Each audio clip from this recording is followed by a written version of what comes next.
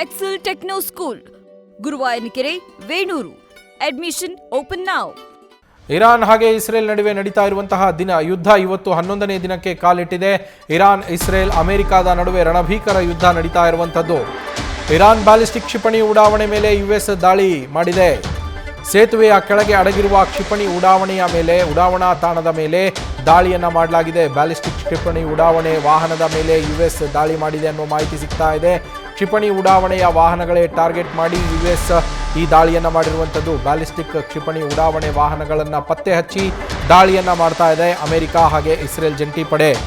ಇರಾನ್ನ ಅತ್ಯಂತ ಶಕ್ತಿಶಾಲಿ ಅಸ್ತ್ರ ಅಂದರೆ ಈ ಕ್ಷಿಪಣಿಗಳೇ. ಬ್ಯಾಲಿಸ್ಟಿಕ್ ಕ್ಷಿಪಣಿಗಳು ಸುಮಾರು 2000 ಕಿಲೋಮೀಟರ್ನಷ್ಟು ದೂರದವರೆಗೂ ಕ್ರಮಿಸಬಲ್ಲಂತಹ ಈ ಮಿಸೈಲ್ಗಳನ್ನು ಬಳಸಿಕೊಂಡೇ ಇರಾನ್ ಮೇಲೆ ಅತ್ಯಂತ ಪ್ರಖರ ದಾಳಿಯನ್ನು ಇಸ್ರೇಲ್ ಮೇಲೆ ಇರಾನ್ ಮಾಡ್ತಾ ಇರುವಂಥದ್ದು. ಹಾಗಾಗಿ ಈ ಬ್ಯಾಲಿಸ್ಟಿಕ್ ಮಿಸೈಲ್ಗಳನ್ನು ಅದರ ಉಡಾವಣಾ ತಾಣಗಳನ್ನು ಪತ್ತೆ ಹಚ್ಚಿ ಒಂದೊಂದಾಗಿಯೇ ಉಡಾಯಿಸ್ತಾ ಇದ್ದಾವೆ ಇಸ್ರೇಲ್ ಹಾಗೆ ಅಮೆರಿಕ ಜಂಟಿ ಪಡೆ ಆಪರೇಷನ್ ಫ್ಯೂರಿಯ ಅಂಗವಾಗಿ.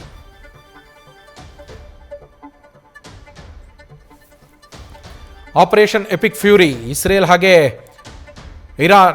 ಹಾಗೆ ಅಮೆರಿಕ ಇರಾನ್ ಮೇಲೆ ನಡೆಸ್ತಾ ಇರುವಂತಹ ಈ ಯುದ್ಧ ಏನಿದೆ ಇದಕ್ಕೆ ಇಟ್ಟಿರುವಂತಹ ಹೆಸರು ಆಪರೇಷನ್ ಎಪಿಕ್ ಫ್ಯೂರಿ. ಫ್ಯೂರಿ ಅಂದರೆ ಒಂಥರ ಆತಂಕ, ಭಯದ ವಾತಾವರಣ ಅಂತೇಳಿ.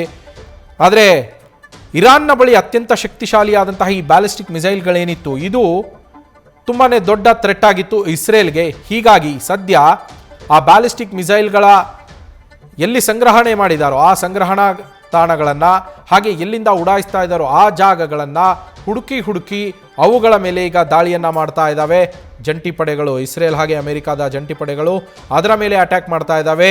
ಹಾಗೆ ಇರಾನ್ನ ಯುದ್ಧದ ಸಾಮರ್ಥ್ಯವನ್ನು ಕುಂದಿಸುವ ಕೆಲಸವನ್ನು ಈ ಮೂಲಕ ಮಾಡ್ತಾ ಇದ್ದಾವೆ. ಅತ್ಯಂತ ಪ್ರಖರವಾದ ತೀವ್ರತರವಾದ ದಾಳಿಯನ್ನು ನಾವು ಮಾಡ್ತೇವೆ ಅಂತೇಳಿ ಅಮೆರಿಕ ಅಧ್ಯಕ್ಷ ಡೊನಾಲ್ಡ್ ಟ್ರಂಪ್ ಒಂದು ವಾರ್ನಿಂಗ್ ಅನ್ನು ಕೊಟ್ಟಿದ್ರು. ಅದರ ಬೆನ್ನಲ್ಲೇ ಈ ದಾಳಿಗಳು ಹೆಚ್ಚಾಗ್ತಾ ಇರುವಂಥದ್ದು. ಇರಾನ್ನ ಶಕ್ತಿ ಏನಿದೆ, ಹೋರಾಟದ ಶಕ್ತಿ ಏನಿದೆ ಅದನ್ನು ಸಂಪೂರ್ಣವಾಗಿ ಕುಂದಿಸುವ ಕೆಲಸವನ್ನು ಈಗ ಇಸ್ರೇಲ್ ಹಾಗೆ ಅಮೆರಿಕ ಪಡೆಗಳು ಮಾಡ್ತಾ ಇದ್ದಾವೆ. ಇದೇ ರೀತಿಯ ವಾರ್ನಿಂಗ್ ಅನ್ನು ಅಮೆರಿಕ ಅಧ್ಯಕ್ಷ ಡೊನಾಲ್ಡ್ ಟ್ರಂಪ್ ಕೊಟ್ಟಿದ್ರು. ಅಂದರೆ ಹೋರಾಟದ ಸಾಮರ್ಥ್ಯವೇ ಅವರ ಬಳಿ ಇರಬಾರದು, ಸೇನೆಯೇ ಇರಬಾರದು. ಆ ರೀತಿ ಮಾಡಿ ನಾವು ಯುದ್ಧವನ್ನು ನಿಲ್ಲಿಸೋದು, ಅಲ್ಲಿವರೆಗೂ ನಿಲ್ಲಿಸೋದಿಲ್ಲ, ಅವರಿಗೆ ಶರಣಾಗತಿಯನ್ನು ಬಿಟ್ಟು ಬೇರೆ ಅವಕಾಶವನ್ನೇ ಕೊಡೋದಿಲ್ಲ ನಾವು ಅಂತ ಹೇಳಿದ್ರು. ಅದಕ್ಕೆ ತಕ್ಕನ ಹಾಗೆ ಈಗ ದಾಳಿಯನ್ನ ಮಾಡ್ತಾ ಇರುವಂಥದ್ದು.